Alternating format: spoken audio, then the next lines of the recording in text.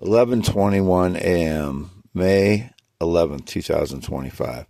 Been in the shed here alone in my F-350 since 6 a.m., May 10th. It is now again 11:21 a.m., May 11th. Wade Allen Heineman. This is for youtube.com/@ WADEHEINEMANMN. They continue to hit me with energy attacks. I feel a little bit better after laying down in my parents' house yesterday on the floor. It helps my back and legs to lay down there for a few hours. And then I slept at their place, and they're not able to hit me as easily with energy attacks when I'm parked at my parents', which is why I'm over there sometimes.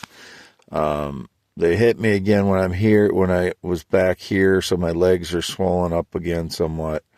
But I'll have to test my back out later. But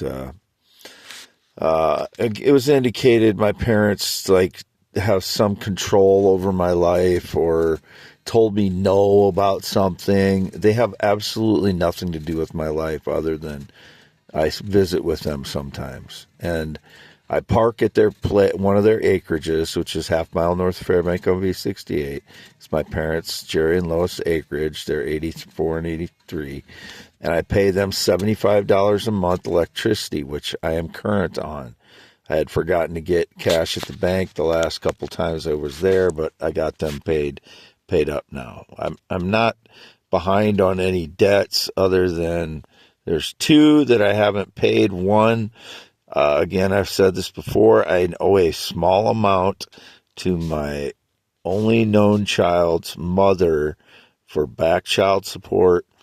And I wanted to go up and talk to the caseworker before I paid it so they knew I am the father and the criminal that pretends to be my son's father is not my son's father. Just so somebody, associated with my long time, I paid child support his whole life. So this is just like a few $100s that is left on that I wanted to pay in person so that they knew who I am, because they've moved my caseworker around the state so that they're never close to me. And now I guess they won't even take payments at the centers, so I have to pay it online anyway. But I still want to prove who I am to them. So that's why I haven't paid that one off. The other one, I tried to, it's a Social Security overpayment they claimed for 2 months. One of the months that they claimed they overpaid me, they had paid me when I was still on SSI in 2024. They kicked me off after I got some inheritance from my Uncle Dorlin. When I was still on it, they said they overpaid me 1 month, but they accounted my $2,000 that I was entitled to have right after they paid me for the month. So they paid me $950, and then they assessed how much money I had. And some of the money I had in my account was a short-term loan from my mother, which doesn't count against how much money I have because I have to pay it back. Loans don't count against it because you have to pay them back. So that one was invalid. And the other one that they said they overpaid me for was I got the inheritance check on the 30th of September, I think it was. So I deposited it on the 30th of September, and they said they overpaid me for that month of September because the payment comes out a day or two later. It came out I think on the 1st. Yeah, the payment comes the 1st. I reported it the 30th, or I reported it, I don't remember. Within the 10 days, I'm required to report it. But there was no way for me to stop the payment at that point. So there was nothing illegal done on that. And so those were the two overpayments. So I wanted to refute the one, and I didn't want to pay one of them without the other because they might account it to the one that I believe it wasn't an overpayment. So there's that. And then there's as indicated, my social or my food assistance. I've told them everything that I've gotten for food assistance. They know everything that I've gotten for food assistance. They calculated it, and they said it was one-time payments for the inheritance. And then I told them about the property sale, and they told me to report it on my next update, which they sent the papers out, and I didn't get them. So they resent out the papers, and I haven't filled them out yet. So that will be accounted for too. So they stopped payment on that already anyway. What else? I don't know. My parents have nothing to do with my life financially. People are depicting that my parents, I don't know if it's my parents, because my mother seems weird sometimes when I go over there. She says she's doing paperwork. She has nothing to do with my life as far as accounting or money or anything. And my mother is 83 years old. My father's 84. The only thing I have to do with them financially is I give them $75 a month for electricity where I park on their acreage, half mile north of Fairbank. Otherwise, they have not had anything to do with my life in any way other than they're my parents. I mean, I've tried to describe the situation with my parents because people seem to judge me, and then I get tortured or punished for while they consider that I'm not doing something right with my parents or that I've abused them in some way. I've absolutely never abused my parents. That would be a lie. If my parents are claiming that, that's why I say my parents are narcissistic. And if you don't understand that, that's why I'm trying to explain it. It's an unfair situation that I'm being judged in my family situation when I'm not the one doing everything wrong. So they are deceptive. My parents are deceptive, and in regarding me and trying to portray me as the bad person, that's what dysfunctional families do. They scapegoat one person. They used to scapegoat my sister, and then she committed suicide in 2003, and now they're doing the same thing to me. My mother scapegoats me, tries to make me look like the bad person. But while she's in denial, complete denial about huge parts of her life, when I say you never used to keep the house clean, she goes into complete denial mode. When her old house, they just left it in 2013 when they built this new red and white barn home. She left the old house behind, full of stuff. She hoarded it her whole life, and then now she doesn't want to deal with reality that it was there, that it's been there. Everything is there yet. All kinds of, everything is still there.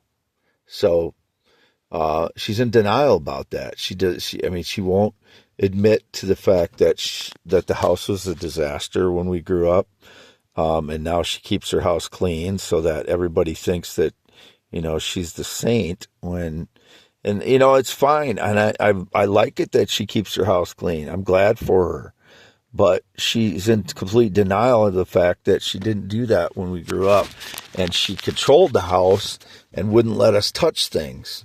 And that's the truth. And that's the truth about hoarders. That's what they do. So I'm not a hoarder. I've never controlled the house anywhere I've lived. When I lived with my ex-fiance, I didn't control the house. She knows that. Neither one of us controlled the house. But my mother does that. She does that where she lives now. She did it where I grew up. Only where I grew up was a complete disaster, and now she keeps it really clean, so it makes it look like she was that way her whole life. She wasn't. My father's same way. His whole shed and shop. He didn't have a shop really. It was such a kind of a makeshift, bench, which I made actually. That was really disorganized, where we grew up, and I mean, complete disaster, just like the house was. So they were both that way. We lived in a complete chaotic situation. Myself and my sister and my brother and my parents was a complete chaotic disaster. And that's the truth, but my mother will not face the truth on that. She gets angry when I confront her about it or say something about it even.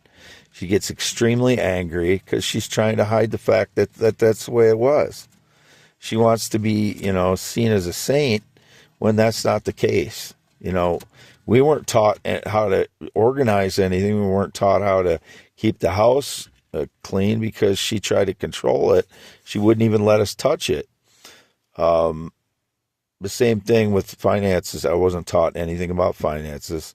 I wasn't taught anything about relationships. My parents' relationship was a complete disaster. They yelled at each other constantly, didn't show affection to each other, didn't make up for the fights that they had. It was a complete disaster. And that's a big reason why my sister committed suicide. She was the first one in the family. My mother would just relentlessly argue with her. My mother argues with me. She argues with my father. My brother ignores her, so she doesn't have a chance to ignore or argue with him. But he doesn't really, interact with them all that much, other than they go to visit him because he has kids, and how grandparents are with grandchildren. That's the only reason that they go visit them. But it's unfair that I'm in a situation where I'm being judged against my family. Nobody should have to deal with that. On top of all the other judgments I'm being judged, apparently, they're judging me now on, how I spend my money. Number one, nobody knows really the details of my finances. Only I do. Number two, there's 258 billion adults, 258 million adults in the USA.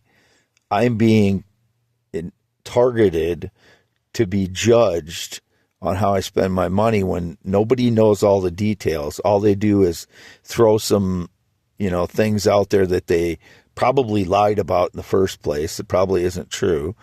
I'm pretty responsible in my spending. In order to get out of the hole I was in since the torture of my life for 12 years and suppression of truth while my life was destroyed, I had to be pretty good at getting out of it, even if I got a little bit of inheritance from my uncle. So there's number one. Number two, it's my own business, how I spend my money. And number three, you cannot micromanage people's lives, especially when I've been tortured for 12 years while people try to destroy my life in every way possible. Nobody understands what that's like other than me. I mean, I have about 20% of the time other people do in order to address my living, because I have to suffer from getting hit with energy attacks, which is affected 50% of the days for 12 years now, recovering from that. That's the truth, or at least the last 10 years. And the other part of the time, I'm defending myself against a bunch of lies, which never happened, but it happens on a daily basis. These guys on motorcycles staging lies, some semi driver staging lies, assume those guys are both white guys. Then I got the black people, the skinny black woman unknown teacher since 2016, trying to steal my theories or claim that she's telling me how to do it or whatever, tell me what to do.